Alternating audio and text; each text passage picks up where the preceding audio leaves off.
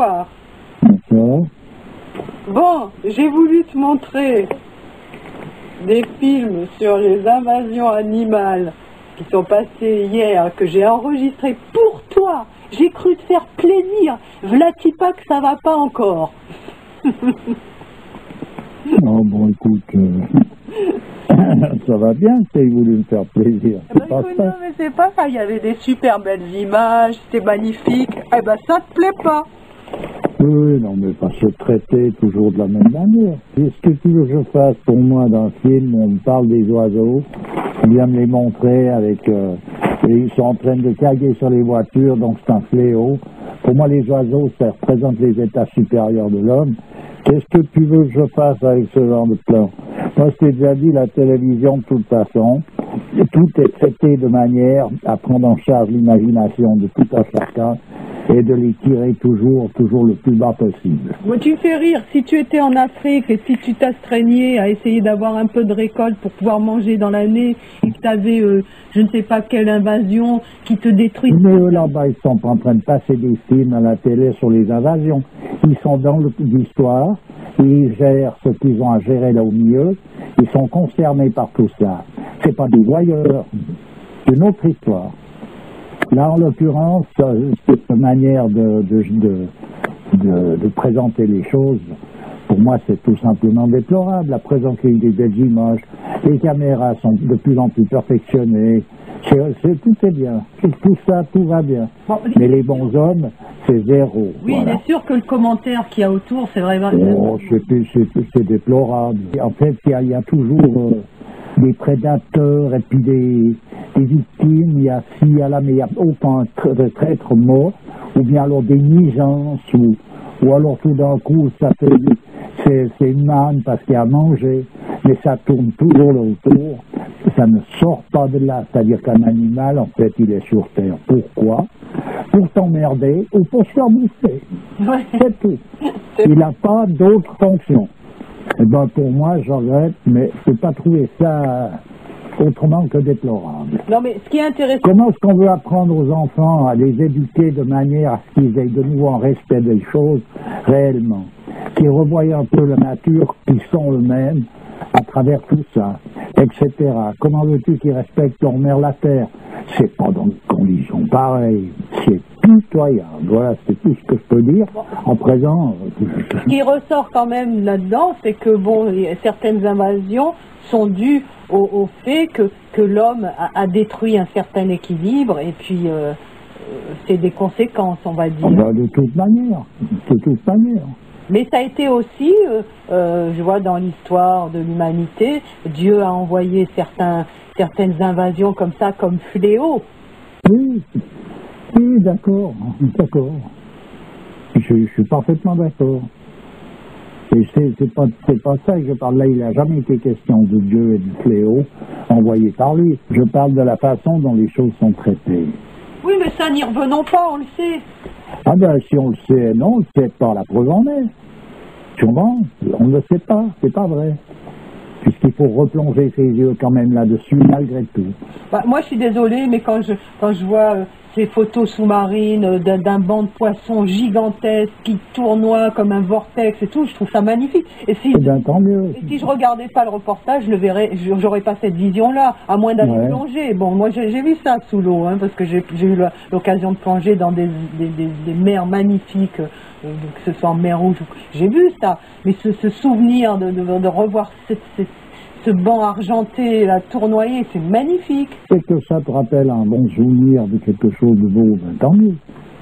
Mais je veux dire, moi, on ne m'a pas parlé de ça. Alors, pour moi, c'est traité de façon déplorable. Oui, c'est tout ce que je peux dire. On est d'accord. Alors, à un moment donné, ils ont parlé quand même de ce lac Victoria, tu sais, d'où sort cette espèce de perche du Nil dont on a fait un commerce international et qui est vraiment le fruit d'un trafic, mais horrible. Et c'est très bien expliqué dans un film là, dont j'avais parlé une fois, c'est Le cauchemar de Darwin. Et on explique très bien les magouilles qu'il y a là-dessous pour c'est un commerce qui justifie en fait un trafic d'armes. Enfin, c'est une calamité cette histoire, tu te rappelles? Oui, mais de toute façon, mais ça c'est le commerce humain, c'est l'humain, le prédateur de toutes choses, y compris de la terre entière et de tout ce qu'il peut aborder et toucher.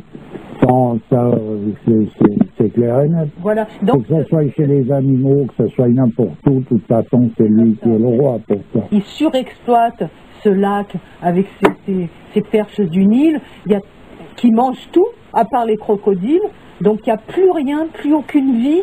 Ce lac s'est eutrophisé, c'est-à-dire qu'il n'y a plus d'oxygène. Donc, il y a une espèce de nuée d'insectes qui tournent là, qui se sont développés. C'est une calamité, quoi, tu vois. Oui, tout à dans fait. le film, ils n'ont pas parlé des causes, des raisons de ces invasions d'insectes, par contre. Puisque tu veux qu'ils parlent des causes, si ça se trouve même, ils n'en sont pas sûrs des causes, tu comprends? Parce que c'est pas scientifiquement démontré, n'est-ce pas? Les scientifiques vont pas perdre leur temps à démontrer ce genre de truc. Bon, je perdre bien leur temps à beaucoup de choses. Mais alors, ce qui est fou, c'est que cette zone, donc, faut aller voir ce film, hein, on ressort de là, c'est vraiment le cauchemar, hein, c'est un cauchemar ce film. Moi, je suis sortie de là, pendant une semaine, j'étais prostrée chez moi, je m'en sortais plus. Ce qui est fou, dans ce pays, la Tanzanie, où il y a une famine pas possible, qui a été renforcée par cette surexploitation, hein, puisque eux, ils utilisaient ce lac pour arroser leurs rizières, donc pour manger. Maintenant, ils ne peuvent plus manger. Ils ont des émanations de pourriture de poissons qui dégagent de l'ammoniac. La plupart des gens, les enfants deviennent aveugles à cause de ça. Enfin, c'est une horreur, hein, ce film. Et tu vois, dans cette horreur, je ne sais pas quel karma vit l'Afrique, mais bon, des épreuves, ils en ont, hein, et de taille. Et ben, tu vois, dans ces épreuves-là, il y a une grâce divine qui s'est abattue sur eux. Tu vois, la contrepartie, c'est que ces nuages d'insectes sont bourrés d'acides aminés, ce qui fait qu'ils mangent ces insectes, ils se font des galettes d'insectes. C'est une petite galette, il y a je ne sais plus combien de fois plus d'acides aminés que dans un steak haché. Et finalement, tu les vois maintenant avec des bonnes joues, ils sont rayonnants. Bon, ils vivent avec ces nuées d'insectes, ça ne doit pas être agréable. Mais tu vois, ils s'en sortent comme ça. C'est incroyable quand même. Hein. Enfin bref, tout est sordide dans cette manière d'aborder les choses, d'envahir ce lac avec ses poissons pour en faire un business. Ces poissons, à mon avis, ils n'en ont pas parlé vraiment, mais je pense que ça doit être une variété de pagna, piranha, d'Amérique latine, d'Amérique du Sud, là, Amazonie, qu'on a transporté pour mettre là, ouais, qui a dû bouffer tout l'écosystème, enfin bref, dans les années 60. pour faire le plaisir de personnages qui sont en train de faire du fric avec ça, ouais, pour pouvoir s'acheter je sais pas quoi. Enfin, bon. Autant te dire que depuis que j'ai vu ce film, je ne mange plus de perche du Nil. Hein. Ouais, oui. Bon. De toute manière, on est vraiment dans une histoire sordide, là, puis voilà. Mais on en avait déjà parlé d'ailleurs de tout ça. Oui, il y a longtemps, effectivement. Mais d'avoir revu ça et les conséquences donc de tout cela avec ces invasions d'insectes qui sont maintenant salvatrices pour les populations, je trouve ça vraiment un retournement incroyable, quoi, des choses. Oui, ben bien sûr. Alors, toi, il y a une scène qui ne t'a pas plu du tout à la fin de ce petit... Non, mais toutes les scènes, il n'y a rien qui me Non, mais il y en a une, ça a été le coup de bambou final. Alors, c'est la scène où tu vois, donc, c'est des buffles. C'est des millions de buffles qui essayent de traverser, donc, une rivière. Oui. Et à un moment donné, il y a une panique générale parce qu'il y a des crocodiles qui sont là pour les bouffer, etc. Et ça tourne vraiment à la catastrophe pour eux. Il y a des millions il y a des Ce centaines. qui est surtout catastrophique, c'est que, en fait, le film, on s'organise pour faire des gros plans là-dessus de manière à toucher à un certain endroit. C'est ça le réalisme. Il faut voir les choses pour ce qu'elles sont. Il faut voir la vérité, n'est-ce pas? Ben moi, la vérité ne se situe pas tout à fait de cette manière-là, même si ces choses-là sont effectivement dans la réalité de l'existence. Mais c'est moi, de cette manière-là, disons, que je démontrerai la vérité. Voilà. Ça, c'est parfaitement, voilà, on a parlé à un moment donné des points de vue profanes et des points de vue sacrés. Voilà le point de vue profane dans toute sa splendeur. C'est-à-dire montrer cette loi de la jungle. On montre pas la loi de la jungle. Personne ne connaît ce que représente la loi de la jungle. La loi de la jungle, c'est considéré uniquement comme étant le plus gros qui bouffe le plus petit, puis c'est tout. Mais la loi de la jungle, elle a une définitude de diversité dans sa manifestation, et je peux te dire qu'il n'y a pas que celle-là. Il n'y a pas que cet aspect, qui est un des multiples aspects, mais les autres aspects, on n'en parle jamais. Ouais. Voilà. C'est-à-dire, on ne montre pas la beauté réelle des choses. Bon. On montre plutôt la laideur, tout ce qui est... On montre la trivialité de l'existence, c'est tout ce que l'on montre. Oui, d'accord. Voilà. D'accord. En fait, tout est nuisible sur Terre, à part l'homme. C'est comme ça. Oui, oui. C'est comme ça, tu peux regarder ça comme tu veux. Moi, c'est la manière dont les choses sont traitées. Je ne discute pas du photographe étant un bon photographe, le caméraman, là, tout ça. Tout est bien fait, tout est bien orchestré. C'est pas de ça que je parle. Voilà. Oui, là, on a compris. Ouais. Donc, tu es remué. Ma manière de prendre les choses personnelles n'intéresse personne. Ouais. Elle n'intéresse que moi. Ouais. Voilà. C'est d'ailleurs comme ça qu'il faudrait déjà commencer à envisager les choses quand on veut faire un film. La vie privée même de certains animaux, doit être respectée. Ce qui est intéressant de savoir, c'est ce que ces animaux représentent, ce qu'ils symbolisent sur Terre. Oui, mais la maladie générale de la maison fouille merde, c'est toujours d'aller mettre son nez dans les affaires des autres. Voilà. C'est-à-dire avoir un respect pour toute créature, aussi petite soit-elle. Ce respect, il faut avoir déjà un respect pour le Créateur, ce qui veut dire qu'à partir de là, on respecte inévitablement ces créatures. Donc on ne va pas se mêler de mettre à jour systématiquement des points qui sont là qui sont en quelque sorte... Quand on veut voir quelqu'un, on ne va pas tout le temps le regarder quand il est en train de pisser, ou bien. Oui, d'accord. Et ben voilà. Bon exemple. C'est comme ça, c'est cette manière, je veux dire, qui est généralisée, c'est cette manière, c'est cette façon qu'on retrouve partout. C'est ça qui est la profanation de toute chose. C'est cette manière aussi de vouloir tout caricaturer plutôt que de tout styliser? Non, il n'y a pas même. C'est pas vouloir.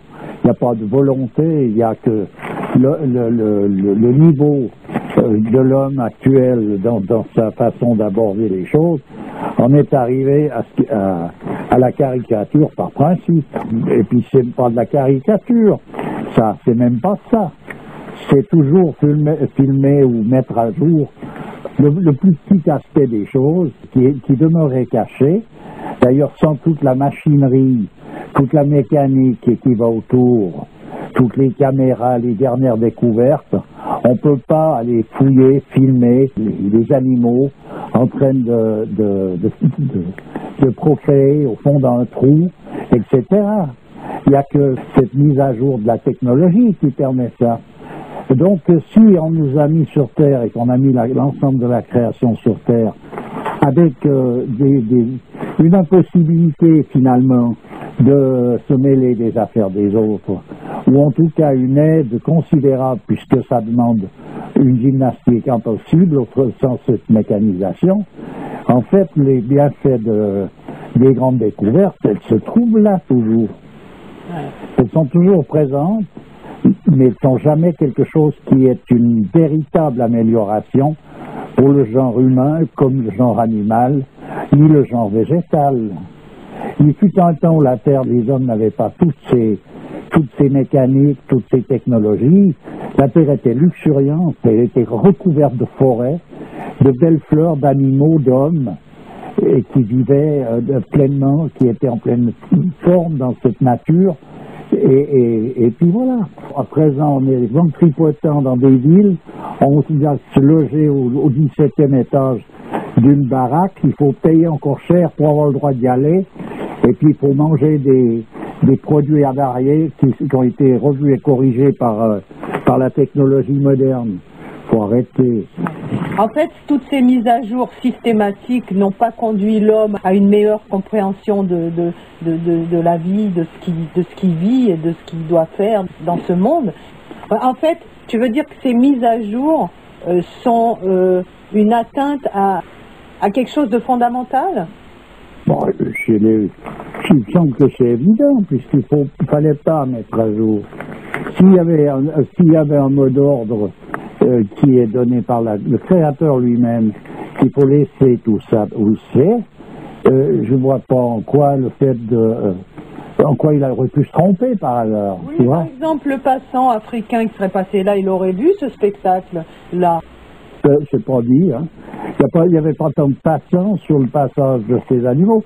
Puis même s'il y voit, il est en train de vivre une scène, il vit son destin, il est dans quelque chose là c'est pas du virtuel, c'est pas un montage entre le virtuel et la réalité, c'est pas une hybridation, c'est pas une monstruosité, voilà. Bon, d'accord. Ok, ben écoute, je vais essayer de faire un petit montage à la mode interlock. Ouais. Ça veut dire ce que ça veut dire, hein. Ouais. Et, pour donner une idée de ce petit film là qu'on a vu, ok? Ouais, En tout cas, d'accord. je te remercie et puis Ben écoute, toujours avec plaisir. à bientôt. À bientôt. Il est des animaux dont le nombre dépasse simplement notre entendement. Rassemblés par millions, ils envahissent nos vies. Ce sont des super essaims, si immenses qu'ils deviennent impossibles à ignorer. Vus de l'extérieur, ils offrent une vision cauchemardesque. Mais de l'intérieur, ils se révèlent fascinants. Alors pénétrons au cœur de cette masse pour découvrir ce qui se passe quand nos deux mondes se rencontrent.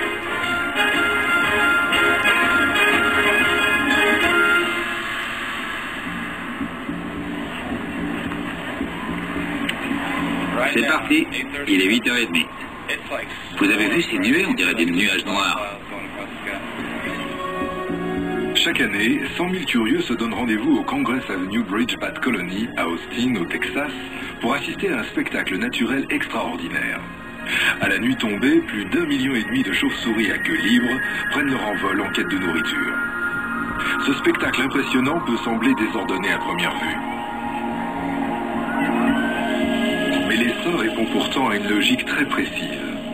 Les chauves-souris évoluent en parfaite harmonie.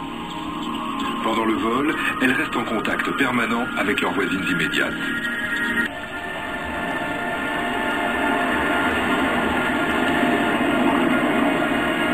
Les vortex de poissons sont tout aussi spectaculaires.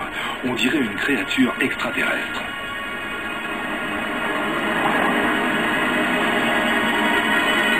Leurs bancs forment une masse qui change de forme sous nos yeux.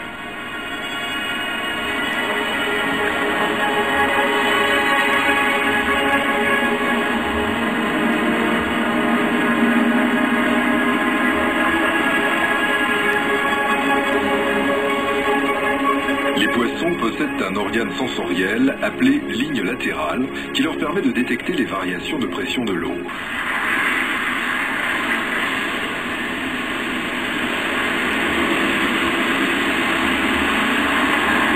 abrite près de 10 millions d'étourneaux sansonnets.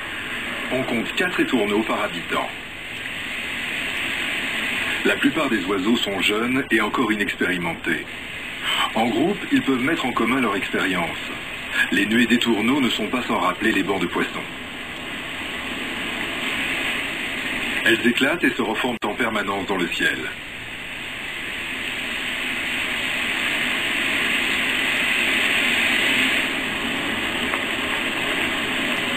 Les mouettes passent à l'attaque, essayant de disperser les étourneaux.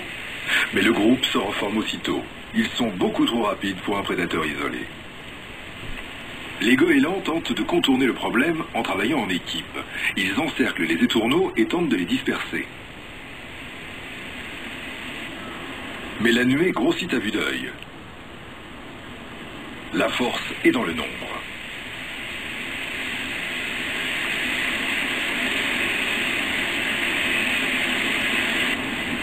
Un faucon pèlerin représente un challenge bien plus grand. Il peut atteindre une vitesse de 350 km/h en piqué.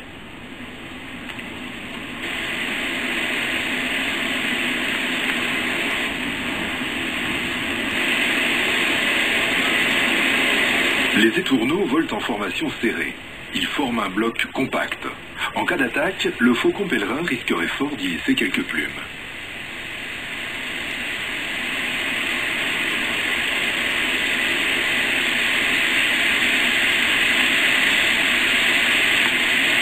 Les formations d'oiseaux sont comme du mercure. Elles se séparent pour se reformer aussitôt, semant le trouble chez leurs poursuivants. Le faucon a du mal à se concentrer sur une seule proie.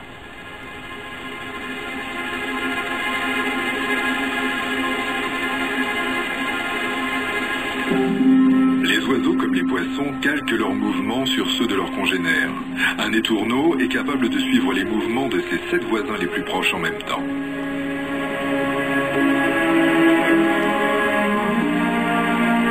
De cette manière, ils parviennent à maintenir le groupe soudé.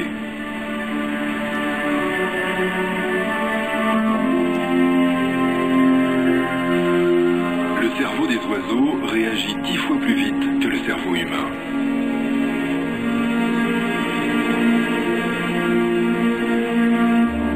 On commence à peine à mesurer la quantité d'informations échangées lors de tels rassemblements.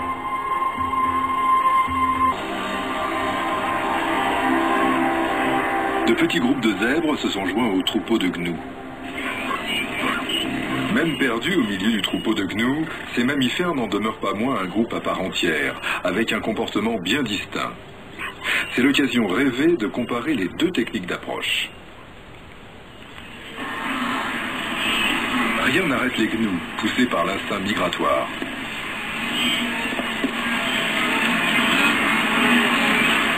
Le troupeau prend parfois des décisions qui peuvent sembler stupides au premier abord. Un fleuve leur barre la route, c'est au troupeau de prendre la décision de traverser.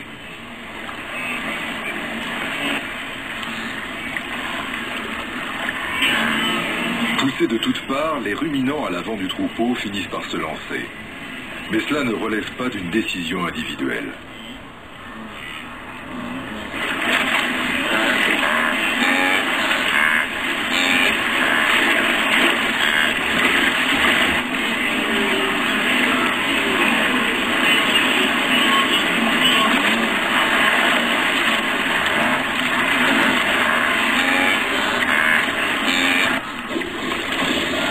Qu'attendaient les crocodiles. Avec des milliers de proies à disposition, ils vont pouvoir s'en donner à cœur joie.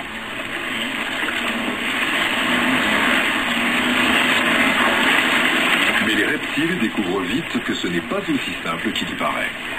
Difficile de se concentrer sur une seule proie au milieu de toute cette agitation. Face à la cohue, ils préfèrent battre en retraite. Les gnous se sont jetés à l'eau tête baissée, mais leur technique semble avoir fonctionné. C'est maintenant au tour des zèbres de s'élancer. Contrairement aux gnous, les ongulés préfèrent élaborer un plan.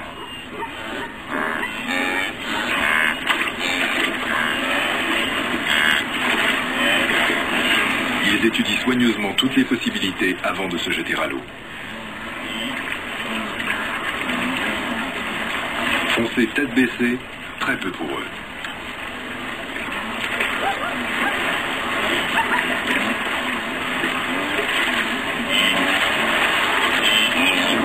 Les gnous se retrouvent pris au piège.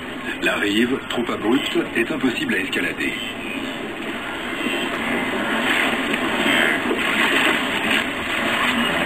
Les zèbres semblent à première vue avoir fait un choix plus judicieux, mais l'indépendance n'est pas sans risque. Leur plan ne tient manifestement pas compte des crocodiles.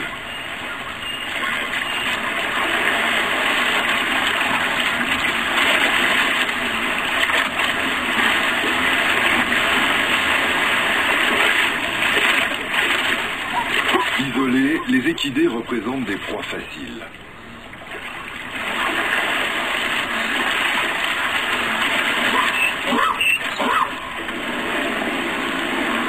Sous la pression du troupeau, les gnous en première ligne tentent d'escalader la paroi.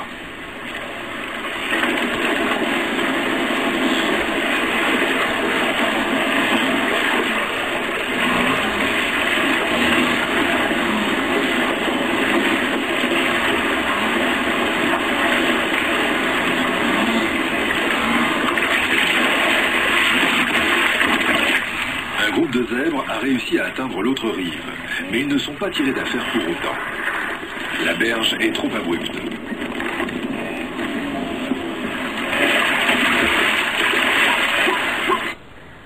J'arrête là, parce qu'après on assiste vraiment à la catastrophe, et pour les âmes sensibles, c'est vraiment pas... J'arrête là. Parce que, comme dit l'ami suisse, c'est vrai que c'est du voyeurisme de voir ces animaux dans ces difficultés-là. D'ailleurs, c'est le principe de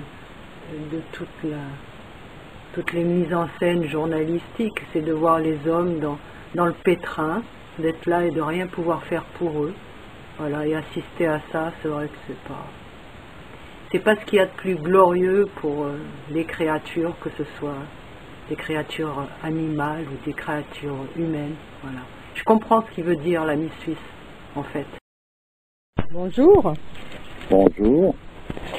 Alors, eh bien, écoute, je vois de quoi tu parlais, à quoi tu faisais allusion quand on a fait l'audio, la maison fouille, je m'abstiendrai de dire le mot, on a compris.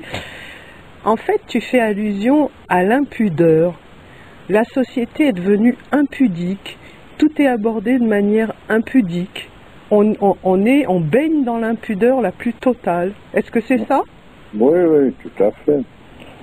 À présent, il est clair qu'il y a toujours à retenir certaines choses. Par exemple, comme dans le film que tu m'as fait voir, là, ce que l'on peut voir dans tout, à n'importe quel moment, c'est que tu vois le proverbe qui dit « pour diviser, pour aimer », il est présent parce que tous les prédateurs de ces animaux qui sont dans la migration cherchent à diviser cette coalition de manière à pouvoir s'en emparer. Oui. Ah ben ça c'est clair. C'est très démonstratif de cet aspect des choses. Et les personnages qui ont compris ça, qui sont des prédateurs, ils réussissent très bien leur histoire. On a réussi à diviser les hommes de manière à ce que, en quelque sorte, c'est le diable même qui est le prédateur numéro un, qui a réussi à les diviser de façon à pouvoir s'en emparer séparément. Comme quoi, l'union fait vraiment la force, quoi. Oui, tout à fait. À présent, bon, il faut bien le voir dans son principe, ça. On le voit là, précisément. C'est la démonstration même dans ces films. Tu vois, ces gros tours, les crocodiles, tout ça, ils cherchent à diviser le troupeau pour pouvoir s'emparer d'un individu, etc. Et c'est marrant, ces bancs de poissons, ces nuées d'insectes ou d'oiseaux, on va dire. C'est marrant comme ça forme en fait une entité, ça fait un. Tu vois? Oui, c'est normal d'ailleurs. Et les hommes préfèrent un, c'est en vertu il est dit nous sommes tous frères. En vertu de cette fraternité, donc une possibilité de cette unité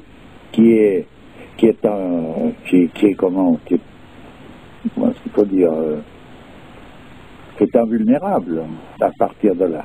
En fait, l'humanité, dans le meilleur des cas, devrait être comme ça. C'est ce qu'on appelle la Oumma dans l'islam, en fait. C'est cette unité que forment les croyants.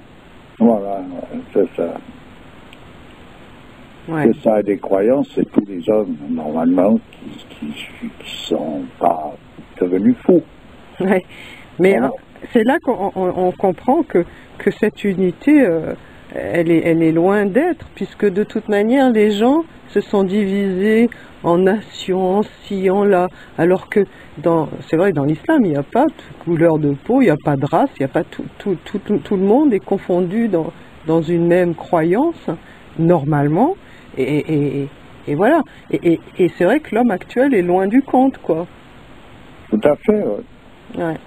Tout à fait, parce que les nuances de couleur, de lieu, de race existent, mais ne sont pas des points qui sont là pour donner sujet à division. Au contraire, même. Bien au contraire, c'est en quelque sorte la diversité qui se retrouve être donner donc en quelque sorte l'harmonie des choses. Ouais. Dans un champ de fleurs, il y a des milliards de fleurs, mettons, elles sont toutes différentes. Mais ce champ de fleurs, c'est un tout. Ouais. Voilà. Ouais. Et dans le règne animal, c'est pareil. Et l'homme, il est censé être le personnage qui a été mis sur Terre pour sauvegarder l'ensemble de la création. Il est, d'après Ibn Arabi, le chaton, c'est-à-dire ce sur lequel on impose le sceau du roi sur les coffres qui contiennent le trésor. Ah ouais. Voilà. D'accord. Ce qui veut dire donc qu'il est lui-même ce sceau de Dieu sur l'ensemble de la création. Ouais. Et Voilà. donc, c'est pas rien, hein? Ah ben, attends, c'est pas, donc, comme tu dis, c'est pas rien. Hein. Et donc, pour en revenir à cette impudeur, c'est vrai qu'on est vraiment dans une espèce de déballage de tout ce qu'on devrait cacher finalement. Parce que tout ce qui n'est pas à notre honneur, qui n'est pas donc à la gloire de Dieu, c'est-à-dire que, si tu veux, on doit pas être dans l'orgueil, mais on doit être dans la fierté d'être un homme, d'être une créature divine. Et donc, essayer de montrer le plus bel aspect. Ben oui, c'est-à-dire ce que Dieu nous demande. Le plus bel aspect, ça peut pas être autre chose. Hein. Ce qui veut dire qu'il faut donc être dans un état d'humilité déjà à l'égard de tout ça. Hein. Ce que Dieu nous demande, est-ce que c'est à la lumière de ses attributs? Disons que ce que Dieu nous demande, c'est... Voilà, je vais te citer quelque chose de Ibn Arabi, qui a donné le ton exact. Alors, selon la parole divine révélée par la bouche du prophète, voilà, je vais donner cette parole-là. Mon serviteur ne peut s'approcher de moi avec quelque chose qui me plaît mieux que ce que je lui impose. Mon serviteur s'approche sans cesse de moi par des œuvres gratuites jusqu'à ce que je l'aime. Et quand je l'aime, je suis l'ouïe avec laquelle il entend, la vue par laquelle il voit, la main avec laquelle il saisit et le pied avec lequel il marche. S'il me prie, je lui donne certainement. Et s'il recherche mon aide, je le secours certainement. Cité par Al-Bukhari d'après Abu Huraira. Je ne sais pas prononcer.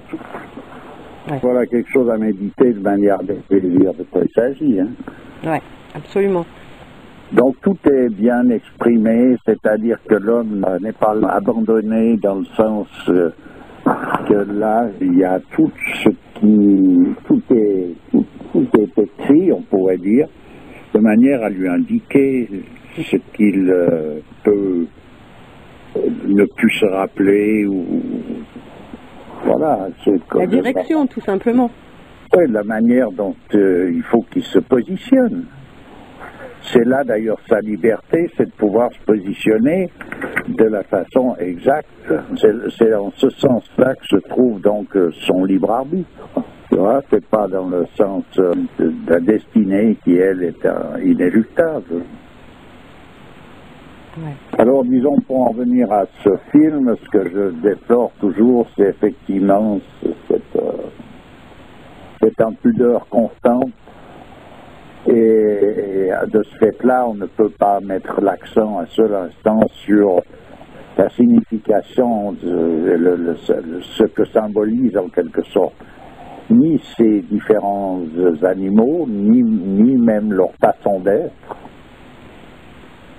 Voilà. Et on ne peut pas voir ce qui est glorieux dans ces animaux. On uniformise les choses, alors qu'il y a une distinction à faire entre l'attitude de certains animaux et de certains autres animaux. C'est facile à dire la loi de la jungle, ça englobe tout. C'est le plus gros qui bouffe le plus petit, mais tout ça, ça ressemble à rien. Et justement, tu parlais de loi de la jungle. J'aimerais bien que tu me dises ce qu'est la loi de la jungle, alors, dans ce cas-là. La loi de la jungle, on ne va pas parler de la loi de la jungle, mais de la loi de la création même. Voilà. Alors, ce qu'il y a, c'est qu'il y a pour l'homme, ce que l'on peut voir, le symbole que représentent, par exemple, ces différents animaux, on voit bien qu'il y a une nuance bien précise quand même des uns aux autres. C'est pas uniforme. Oui. C'est pas tout pareil. Remarque, je vois pourquoi ça arrange de penser que le plus gros doit bouffer le plus petit, parce que c'est bel et bien de cette manière-là qu'on a calqué à l'humanité cet état de fait. Oui, on voit bien, c'est sûr, tout à fait ça. Enfin, disons qu'on voit bien la différence qu'il y a entre ces animaux et leur comportement. On voit l'unité qu'il y a, c'est-à-dire l'analogie qu'il y a d'un comportement à l'autre aussi. Donc on voit la partie essentielle qui se précise, on voit le principe, on peut dire, qui se manifeste à travers l'ensemble de toutes ces différentes créatures. Et en même temps, on voit la distinction qu'il y a de l'une à l'autre, les unes aux autres. La loi de la jungle humaine projette ses intentions sur celles des animaux, alors que c'est pas du tout la même chose. C'est ça que tu as envie de dire? Cette idée de loi de la jungle, comme elle est conçue, c'est plutôt du Walt Disney ou quelque chose de similaire. Ouais. La jungle, c'est pas une déchetterie, c'est pas un dépotoir, la jungle. C'est justement la primordialité, on pourrait dire. Par exemple, la jungle, c'est là où il y a une certaine pureté des choses. Toutes les choses sont positionnées selon l'ordonnance même de la création et n'ont pas été manipulées, revues et corrigées par la main de l'homme. Donc la loi de la jungle, c'est la loi de Dieu. De toute manière, la réalité, elle est là, mais simplement ce que l'on a appelé la loi de la jungle, c'est un truc satanique. Ouais. En fait, les animaux, ils obéissent à une loi immuable. Bien sûr, ils sont des symboles que l'homme peut lire, peut voir. J'entends, c'est des livres ouverts, ces animaux pour l'homme. Il suffit de se donner la peine de se pencher, et puis de pas simplement aller s'occuper de savoir par quel bout ils mangent, puis par quel bout ils renvoient ce qu'ils ont pas besoin. Ce qu'ils ont mangé. Ouais, ce qu'ils ont mangé. Donc j'entends, c'est là où ça me défrise, c'est là cette impudeur. On les voit dans des situations diverses, mais on ne voit jamais leur signification. C'est-à-dire, on peut la voir, mais je veux dire, on ne montre pas, on n'en parle pas. On parle uniquement des choses sur lesquelles il n'y aurait pas à parler, et on ne dit pas un mot sur les choses qu'il faudrait énoncer. Et on parle beaucoup de cette intelligence collective dans ce reportage. Oui, c'est une terminologie. Donc cette intelligence... On peut être d'accord avec ça d'une certaine manière, dans le sens qu'on peut dire que les végétaux, les animaux sont des parties même dans tout. Et donc ce tout pour les scientifiques, ça représente quoi? Parce que intelligence collective, ça vient d'où? Tu vois, et on peut se poser la question. Bon, ça, je ne sais pas d'où ils sortent, comment est-ce qu'ils envisagent cette histoire-là. Bah, ils expliquent souvent par le fait que, bon, ils sont liés les uns aux autres par tout un tas de codes sonores, etc., etc. Donc... Ouais, mais ça, c'est de nouveau l'impudeur qui consiste à vouloir essayer de chercher les causes dans les effets, quoi. C'est de l'impudeur, ça. Oui, ça fait partie de cette attitude profane. On cherche les causes dans les effets, toujours. Voilà, c'est rien d'autre. On ne nous dit pas l'origine de ces choses-là. Pourquoi est-ce que ces animaux sont constitués de cette manière, et comment se fait-il qu'ils aient, mettons, une rapidité d'exécution ou des codes particuliers qui leur permettent de rester en coalition ou leur donner des indications à travers la planète entière de manière à ce qu'ils se réunissent à un moment donné. Le pourquoi et l'origine même de toutes ces choses-là, on n'en touche pas un très profond. Oui, c'est sûr, c'est vrai. Voilà, c'est ça, alors que ça a été indiqué d'une façon... de toutes les façons, on pourrait dire, surtout d'une façon merveilleuse, d'une façon scientifique, enfin de toutes les façons possibles, tout ce qui a été démontré, expliqué, exprimé par des hommes qui avaient les connaissances de tout ça, et c'est à la portée de l'homme de pouvoir connaître ça. Il doit même le connaître de manière à pouvoir jouer son rôle de médiateur entre Dieu et l'ensemble de la création. Est-ce qu'on peut reparler, on en avait parlé une fois, de ce livre-là, Le Bestiaire du Christ? Oui, c'est intéressant tout ça, mais pour autant qu'on ait une disposition d'esprit qui corresponde, parce qu'autrement, après, bon, le gros problème, c'est cet état d'esprit. Voilà. Parce que c'est bien expliqué, là, la fonction, enfin, ce que représente chaque animal dans ce bouquin. Oui, certains animaux en tout cas, oui, c'était un travail de longue haleine qui a été fait là-dessus, qui est vraiment quelque chose. Rappelle-moi le nom de l'auteur. Je l'ai plus en tête, là. Charbonneau, non? Louis Charbonneau-Lassay. Voilà, Louis Charbonneau-Lassay. Voilà. D'accord. Et pour en revenir à cette position de l'homme, tu vois, il est bien dit que, étant donné que l'être éphémère manifeste la forme de l'éternel, c'est par la contemplation de l'éphémère que Dieu nous communique la connaissance de lui-même. Ouais. Voilà. D'accord. Donc voilà de quelle manière, avec quels yeux est-ce qu'on doit voir l'ensemble des choses qui nous entourent. En contemplant. Voilà. Voilà la position. C'est pas la maison fouille truc, tu vois, c'est rien à voir. D'accord. Mais écoute, on va finir là-dessus. Je te remercie. Et toujours avec plaisir. À bientôt. Bientôt.